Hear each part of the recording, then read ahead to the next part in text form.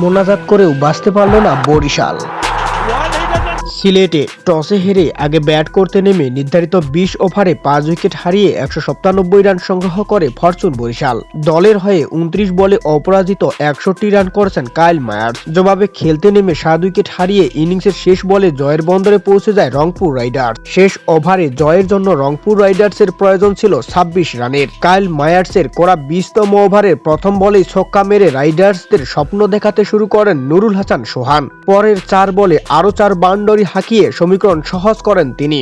তাতে সমীকরণ দাঁড়ায় শেষ ১ বলে ২ রানের। শেষ বলে ছক্কা হাঁকিয়ে জয় নিশ্চিত করলেন রংপুরের অধিনায়ক। ৬ ম্যাচ খেলে অপরাজিতই রইল রংপুর রাইডার্স।